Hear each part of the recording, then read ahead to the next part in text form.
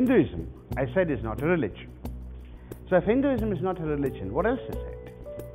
Now, let's assume for a moment, in order to get the difference across, that Hinduism names a collection of phenomena, and I'd like to call them traditions.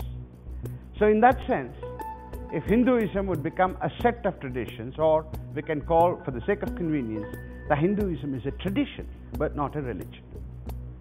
Now, what's the difference between tradition and religion? Let me just pick up two things for the moment to illustrate the difference between what a religion is and what a tradition is.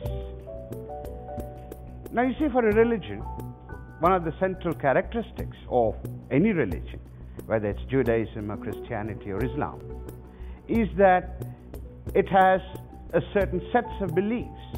That is, people do certain things because of a belief. They believe that God exists. They believe that God has to be worshipped in this way or that way. In other words, human actions within the framework of a religion requires beliefs to justify them. Here already is a first difference between a religion and a tradition. There is no justification for a tradition. Let me give you an example. Suppose somebody comes and tells you, look, I have no reason to live. It doesn't follow, therefore, that the person has a reason to commit suicide. So you need a different reason to commit suicide. And actually, you don't need a reason to live. Living itself doesn't require justification, because that is where you're going to begin from. And in this sense, traditions. To practice a tradition, I'll come to that very soon, the traditions as such need no justification. Now, when you say belief is important to human action, the question is, why should you believe in something? Now, the best reason to believe a belief is that that belief is true. In other words, truth becomes a good reason to believe in something.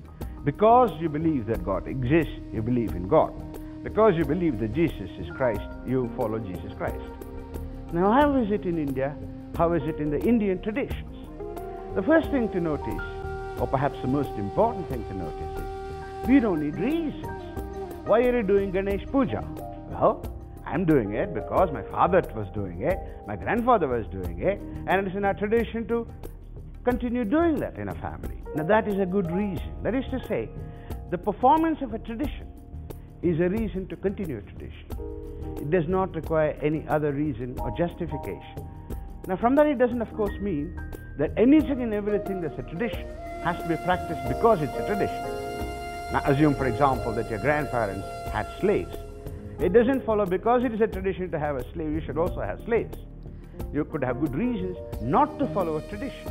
But to follow a tradition, you don't need good reasons. You don't need any reasons, in fact, except the reason that it is part of a tradition. Now, these are two very important things. There are more differences, two important things that distinguish religion from tradition. And in this sense, I would like to suggest that Hinduism is not a religion, but actually it's a tradition of our ancestors, traditions of our forefathers.